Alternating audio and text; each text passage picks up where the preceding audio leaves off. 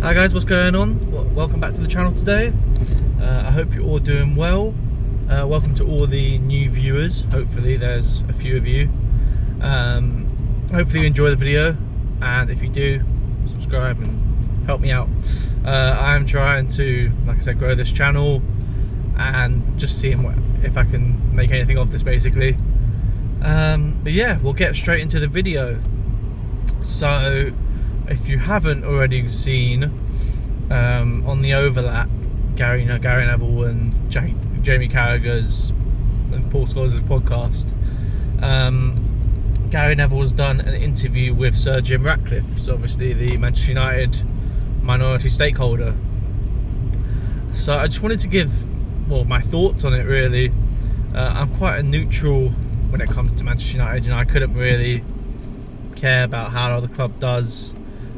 So I thought it'd be quite interesting for me to put a little bit of a neutral take on it. There's going to be a lot of Manchester United fans commenting on it, and people like Mark Goldbridge and Adam McCullough, both people I look up to as well. But yeah, obviously they're going to feel very passionate about this, and I wanted to take the emotion out of the conversation that they're going to put on it, which they rightfully should. I would do the same thing as an Arsenal fan, you know. So yeah, I thought we'd just get straight into it. If you haven't watched it, I'll sum it up quickly, but if you want to go watch it, just go watch it, because I think it's quite a good interview actually. It was quite refreshing to see an owner actually do an interview. He was obviously very finance orientated, so he commented on the wage bill a lot. He commented on players' injuries. He was saying how much he supported Ruben. He kind of explained the process in which they hired him and what happened with Erik ten Hag and why he didn't sack him. It's quite a good listen actually. Like I said, it's quite refreshing to hear an owner speak. So that's the first point I kind of wanted to make, was the fact that he's actually done the interview. Obviously I know, I'm not stupid, that they're gonna tailor it a bit towards him. You know, they're gonna try and paint him in a bit of a positive light because he's getting such stick at the moment, and rightfully so for some of the things that's been coming out. So they're always gonna put a bit of a positive twist to it, and you've got to take everything with a pinch of salt when it comes out like that, because they're gonna paint it. He's gonna paint everything in his light, and they're gonna tailor questions. Don't get me wrong, Gary Neville asked some pretty awkward questions to him, you know. He went in on the Glazers, Neville, and that's obviously his business partner in this whole procedure for Ratcliffe. So it was quite awkward, that moment where Gary Neville's trying to get him to basically out the Glazers and say, look, why are you not putting money in? And why did you keep taking money out? But he didn't like give in to what Neville wanted him to say. Which was basically, look, they should be putting money in, they shouldn't have done what they did, they made mistakes and they should pay for them, which is what Neville said. So obviously he was never going to do that. He's a smart man. He's got to stay on the good side of his business owners, or the business partners, sorry. But yeah, my point with him being quite refreshing is that you don't really see owners commenting. You know, you'll get the odd statement that they release, but you'll never get like a full-blown statement from the owners, like an actual interview and sitting down with a club legend. Normally, like I said, it's just a press release saying blah blah this, or they'll speak when the results come through for the financial period or something like that, you know. It's never like, oh, this is what happened, this is what we're doing now. And it's hard to tell how much of a fan he actually is, you know. I can't tell if he's actually a hardcore or if he's just putting it on a little bit, because he talks about the real fans are the ones that go to all the games basically in the season, and not just, well, they go to the majority of games in the season, not just the big 6 games, you know. So it's interesting trying to figure out how much of a fan he actually is here, and I can't tell yet. Maybe United fans have more information on it, but from the outside looking in, he did look passionate at times. Like, But then the things he's passionate about, which you could tell was like the wage bill and the new stadium, which he's made sound absolutely amazing. It's only Gary Neville, to be fair. But obviously the new stadium is something that he's going to be doing, and it's going to bring in extra revenue from them.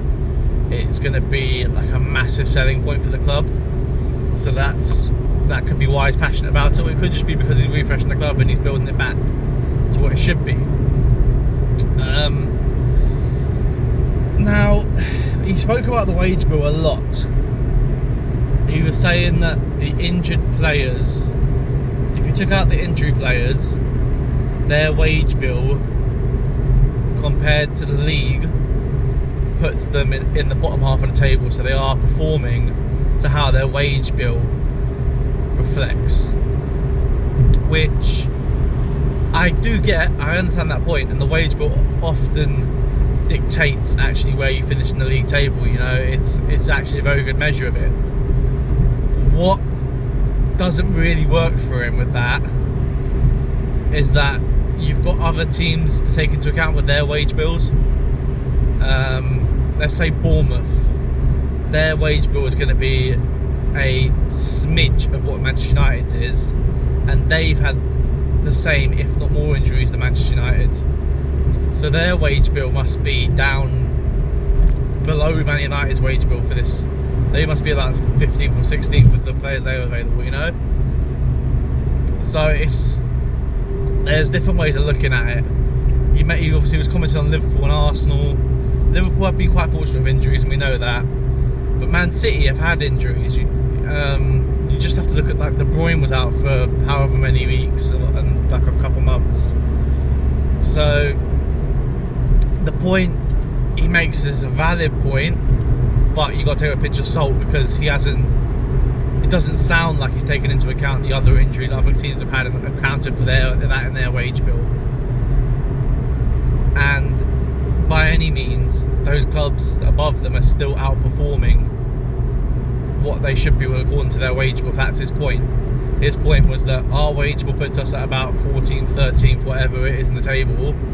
So where we are in the table is actually reflective of that. When teams like Bournemouth and Brighton are probably around mid-table, maybe a bit below, and they're pushing the top half of the table, you know. Same with Forest. Forest is definitely, I'd probably put Forest maybe about mid-table, just creeping into there in terms of their wage bill, because they have spent money. That'd be my guess. Obviously we could find out specifically, but my guess would be they're in that mid-table range, pushing towards the top half, and they're outperforming that. So his point's a bit mute. I do get what he's saying though, but then also with the players that have been out injured, you look at it and you go, would they really be making much difference? Harry Maguire, he's not exactly a guaranteed starter. Mason Mount hasn't basically played in 2 years. Don't know how good he is anymore. Luke Shaw is the one where I go, yeah, maybe if you have a fit Luke Shaw, you could get a couple of extra points, because you'd have just a better balance to your team. You know, you could have Dorgu on the right and Luke Shaw on the left, or you can rotate your wing backs more, or you can play him as a left side of centre half now. So that's the one player I'm like, yeah, fair enough, maybe you can get some more out of him. But otherwise, I look at the wage bill and I'm like, it's just too high. That's all it is. Like, they've spent it ridiculously. He was saying like 4 of the top 8 are either not at the club or injured. So it's like Anthony, Rashford, forget the other one. Anthony, Rashford and Sancho. Those were the 3 that he named.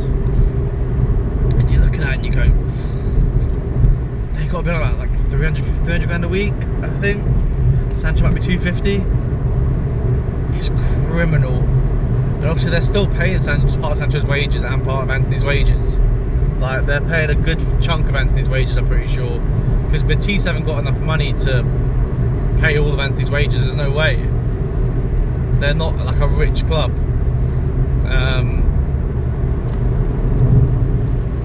So yeah, the wage bill point, take it with a pinch of salt. It's valid, but it's not the be all and end all in that argument.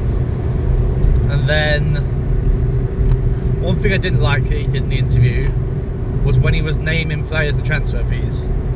So obviously these are players that he feels like aren't producing right now, maybe for their transfer fees. And he named 5 players. He named Casemiro, Onana. Who were the others? They're escaping me right now. I can't.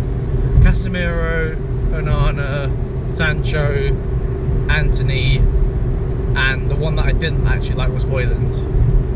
Now, I know Anthony's young, but the reason I didn't like the Højlund one, I know he's not performing, but I felt it's quite harsh to name and shame him when he's like 21, 22, and he's kind of been dubbed in the Man United team, which is already bad. He hasn't got that much experience, and the thing was, he let Xerxes off in the interview, but not Højlund. So he commented on Xerxes' performances, saying like, "Oh, it's obviously going to take him a while to adapt to the league because he's come from Italy, and you see at the weekend he was getting absolutely barged around in that second half. He's obviously going to have to get used to it a bit more."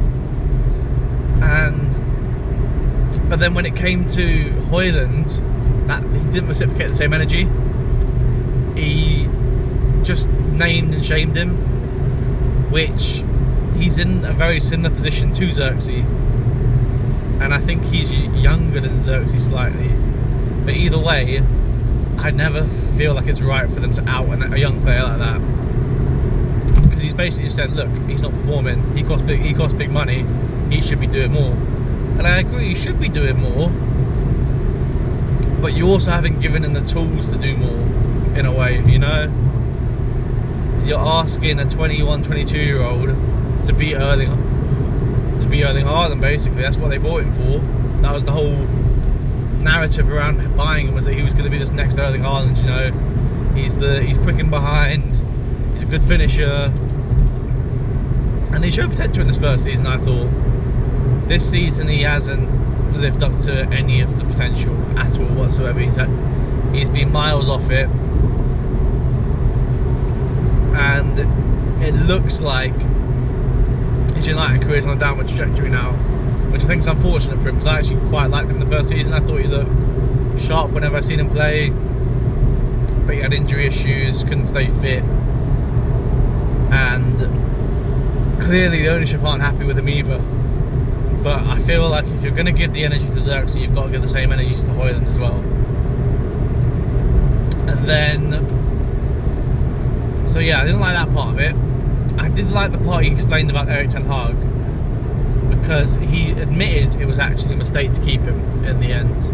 He said that they should have extended him, but he explained that the narrative around why he was kept on, basically, and it was because they hadn't even got the management team in place yet. I think they said that they'd had maybe Dan Ashworth in the job for a few days. They'd had, like, no one had been there for more than a couple months maybe, so they didn't want to rush into another big decision, which makes sense. The issue with that is, which Gary Neville should have probably gone into, is why they gave him 3 years, you know. I know he had a year left on his deal, but he should have asked him, so why did you give him 3 years? Or there should have been a break clause in there saying, like, oh, if you're performing X, Y, and Z here, we have the right to terminate your contract, because it cost them £14 million, and considering this guy's meant to be a very shrewd businessman, that seems like a very, very stupid deal. Because I think everyone from the outside could just see it was never going to work. I remember when the final happened, we all went, oh yes, Ten Hag's not going to get sacked, because you just knew it was going to be the same thing again. But I mean, fair play, he was saying, well, we couldn't tell if it was Ten Hag or if it was the uncertain circumstances that he was operating in, you know, the chaos around him that was creating the chaotic environment on the pitch as well. But he never said that it was, he never openly went, but it was Ten Hag in the end. He never said that. So that part, I get the rationale he was saying, but, and I accept that he said that he was wrong, which actually is quite, what do you call it? Again, refreshing to hear that he's willing to admit when he's wrong with these decisions, which owners often don't do. Which Gary Neville did allude to with the Glazers, saying that they made mistakes. He was talking about like how they've taken £200 million in dividends in the past 10 years or whatever it is, and how they should be putting money in themselves. Now, Ratcliffe was never going to out the Glazers, but I thought he did comment on it very well. Like he tried to give the fans the most information that he could, in terms of he was trying to inform them on the financial situation that they find themselves in. You know, they're however many, they've been losing like £100 million a year, which is absolutely insane. It's like monstrous numbers. Like he's saying that the wage bills increased by 100 million and their staffing costs increased by 100 million, and that's in the past like 4 years, or the past 9 years I think he said. Which, when you think about it, sounds absolutely insane, because you've got to think COVID was during those times. So were they hiring staff during COVID when they were already going to be losing money? The club just sounds like it was absolutely hemorrhaging money, which, if I put my business hat on, which I do have, he's clearly just trying to cut the costs back to the bare minimum so they can build again. He never outright said that he's never going to bring back these meals or whatever, but he did say, and he made a fair point, that most people in the UK pay for their own lunch. There was a big point about, they have to pay for their own lunch now. It's like, most people do. That's kind of what he was saying. He was like, look, we all pay for our own lunch at Ineos. It's nothing new. And you know, he does have a fair point. Most people do pay for their own lunch. So it was quite interesting him being so honest with that, because obviously it's not a popular thing that they've done there. But Gary Neville was right in some aspects of the finances, where he asked about the former players not getting their 40 grand in payment, like the players from the 60s and 70s, and Ratcliffe had no idea what he was really going on about. And he was saying, like, I understand you're not going to know the specifics, but you should have the right people in place to make these decisions. And it's completely right. Like, that's 40 grand. It's not going to cost United. That's not the £100 million that's costing United extra, you know? That's from having 1,200 staff in place. And he did allude to the fact that having no meals is basically that, or people lose their jobs. That's what he said. It's better than the alternative, which is people losing their jobs. And obviously no one wants to see that. So he was brutally lost with that part, and you could tell he had his knowledge sorted there. Like, he knew what he was talking about, and that's where he went into business mode. As soon as the finance came into place, you knew he was well informed, and obviously he has to be. He's the owner of the club, but he was clearly passionate about it, and it's clearly been something that they've focused on a lot. And when you're losing £100 million a year, you need to figure out where it's coming from, and that leaves them with their players and Amorim, basically. So obviously he commented on some of the players, and he said that Ten Hag wasn't actually involved with the process of signing players this summer, which obviously makes sense. You look at the fact that De Ligt came in, Mazraoui came in, Xerxes came in. Like, he's worked with two of them before. But it does just surprise me that they did, to be honest. Obviously he said that he didn't sign off on them and he was just within the talks of them. But when you look at who came in, you've got to think like he must have had a big say in that, because that's 2 former Ajax players and they've already bought former Ajax players and that didn't work. So why would they do it again? That's just, it seems a bit like, what do they call it, insanity, where it's like the definition was it's doing the same thing over and over again expecting a different result. That is literally the definition of Man United. Sorry, this guy's literally just stopped in the middle of North Circular. Honestly, I feel that every day I have a meltdown at some point in the video because people are just stupid on the road. But anyway, yeah. Where were we on Ratcliffe? I forget what we were talking about. It'll come back to me, because he was talking about the players. The recruitment, of course, yeah. So obviously, he said that he's going to back Ruben Amorim now, and that means he's got to wholeheartedly back him now. He's got to buy wing backs, which is a big commitment, because a lot of time wing backs cannot transition into fullbacks. Like you've seen, who was it? It was an outstanding wing back which couldn't play fullback, like Marcus Alonso, let's say. Outstanding wing back, cannot play fullback. I look at Jeremy Frimpong, if they go by him, because they were linked with him heavily last summer. If they buy Jeremy Frimpong and they sack Amorim, I think Frimpong's more of a right middle right winger than a right back.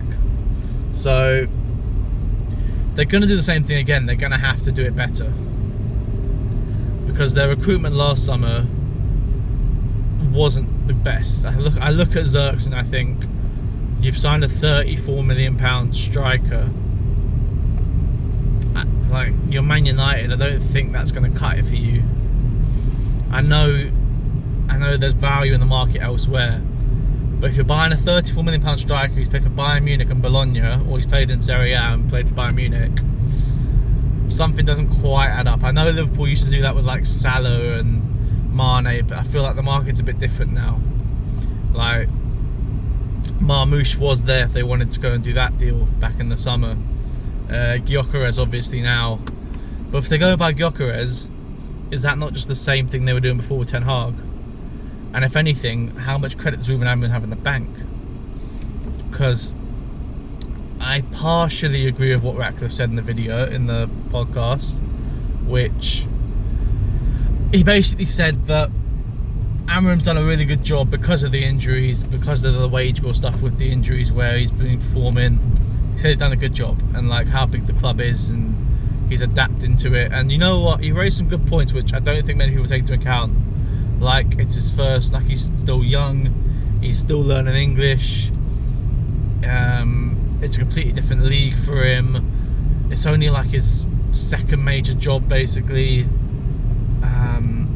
And he raised some good points, which I actually looked at and went, you know what?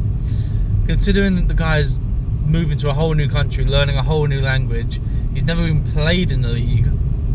It is quite a big shock. And if you were to look at it on average, you go, yeah, he's had some bad results. You know, he has had some bad results. But personally, I actually quite admire him for sticking to his guns and saying, look, I'm not changing. Because it is literally what Ten Hag, it's the opposite of what Ten Hag did. Ten Hag, after like 10 weeks, basically said, look, I can't play my Ajax style with these players. But I'm going to get into that on another video about Amorim. Because I agree with Ratcliffe in certain senses, and I also disagree with him a little bit. But otherwise, I'm trying to think what else he spoke about that's quite polarizing. You had we've had all the players, the wage bill, Amorim. You could tell that what happened with Dan Ashworth didn't end well at all. You know, he sounded very frosty with that, and again he admitted that was a mistake. So, but that's 2 very costly mistakes, and I think he should have taken that more on the chin in terms of the wage, cutting the staff costs. he should have acknowledged that, yeah, cool, my mistakes have kind of cost them that, because they are his mistakes at the end of the day, and those mistakes are costing some people their jobs. I know that they have too many staff as it is, but it is costing their jobs. I would have liked to have Gary Neville to actually delve more into Mainu and Garnacho.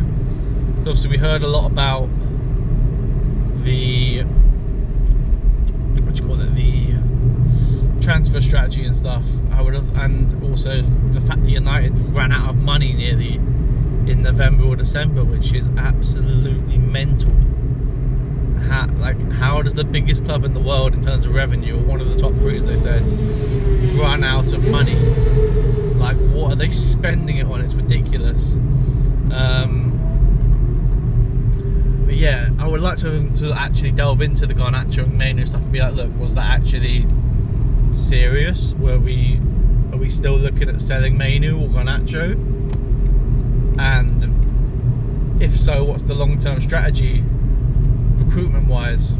Because they didn't get into that enough. I would have liked them to have done that a bit more. So while it was a good interview, I thought, from Gary Neville, when he asked some awkward questions and delved into certain topics, I would have liked for him to gone to him and be like, look, what's the vision for Man United? Because it's easy for him to say. Ratcliffe obviously said, look, in 3 to 5 years time, Man United will be in the best stadium in the world, they'll be the most profitable team in the world, and they'll be winning trophies. That's the easy part.